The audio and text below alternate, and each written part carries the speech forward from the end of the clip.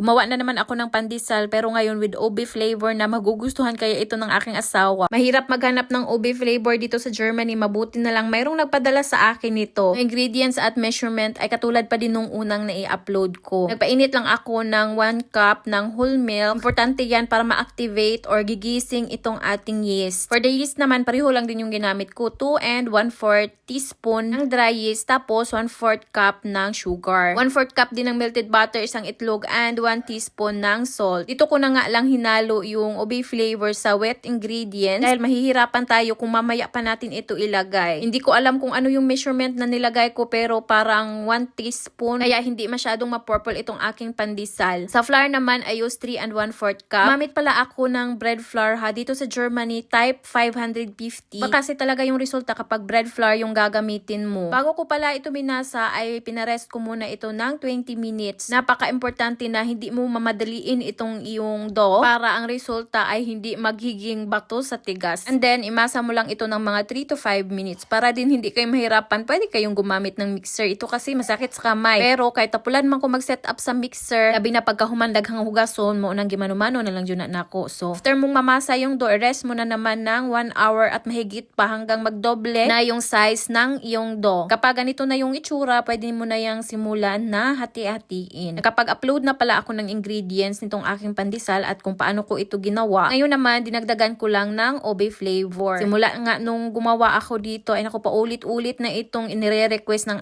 aking asawa. Hinati ko lang pala into 2 portion yung aking dough, tapos I form it into log shape. Kapag ganito kasi, mas madali kung i-slice ito ng maliliit. At saka pala, hindi din importante kung ma-perfect mo man yung paglingin-lingin ng pandesal. Malalaman mo din talaga kapag maganda yung iyong nagawang pandesal after mo siyang ma-rest ng 1 hour dahil giging stretchy at parang rubber yung consistency ng dough. Ini-slice ko lang ito in the desired kanang size na gusto ko din. Gusto ko kasi is malalaki, so parang 11 pandesal ang nagawa ko sa 3 and 1/4 cup na flour. Medyo kinulang pala ako sa ube flavor dahil napakaliit lang nung nilagay ko. Nagtitipid kasi ako dahil napakaliit lang nung ube flavor na mayroon ako. So ang resulta, ayan hindi masyadong purple at sa totoo lang yung lasa niya ay hindi mo din masyadong matitikman yung ube. Next time, damihan ko na. At saka kapag gumagawa pala ako ng pandesal, hindi ako naglalagay ng cheese dahil ayaw ni asawa yung pandesal na may cheese. Gusto niya is yung pure pandesal lang talaga na walang laman, walang palaman sa loob. Yan yung palagi niyang nire-request. Pero next time, bibili siguro ako nung ube jam. Try kong palamanan sa loob. Bago ko pala ilagay ito sa oven, ayan, huwag natin itong kalimutan na i-coat ito sa breadcrumbs. Hindi nyo kailangan ng maraming breadcrumbs. Gumamit nga lang ako nito ng mga 1/2 cup ng breadcrumbs, tsaka marami pa din ang natira. After ko ma-coat lahat yung 11 na pandesal na ginawa ko. After ko naman mailagay ito sa tray, i-rest ko na naman ito ng 20 minutes. Sabi ko nga sa inyo, ang sekreto ng masarap na pandesal ay kailangan talaga ng time, kailangan ng maraming rest para to make sure na mag-activate yung yeast. Tapos, ibinake ko siya ng 20 minutes in 180 degrees. Pero bago ko pa ito isinalang, importanteng i-preheat mo muna yung oven in 15 minutes.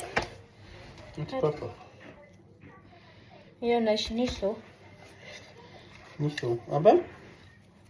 I will not like it. It's hot and purple.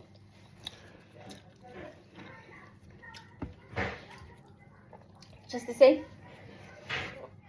So, envision purple flavor. I just put a little. Maybe you need to put more.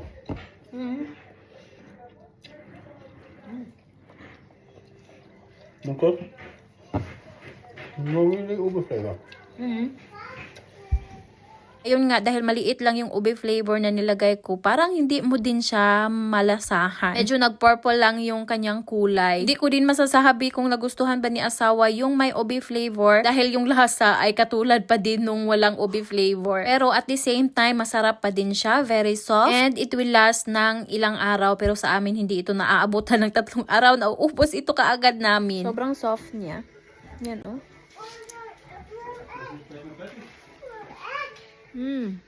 sarap.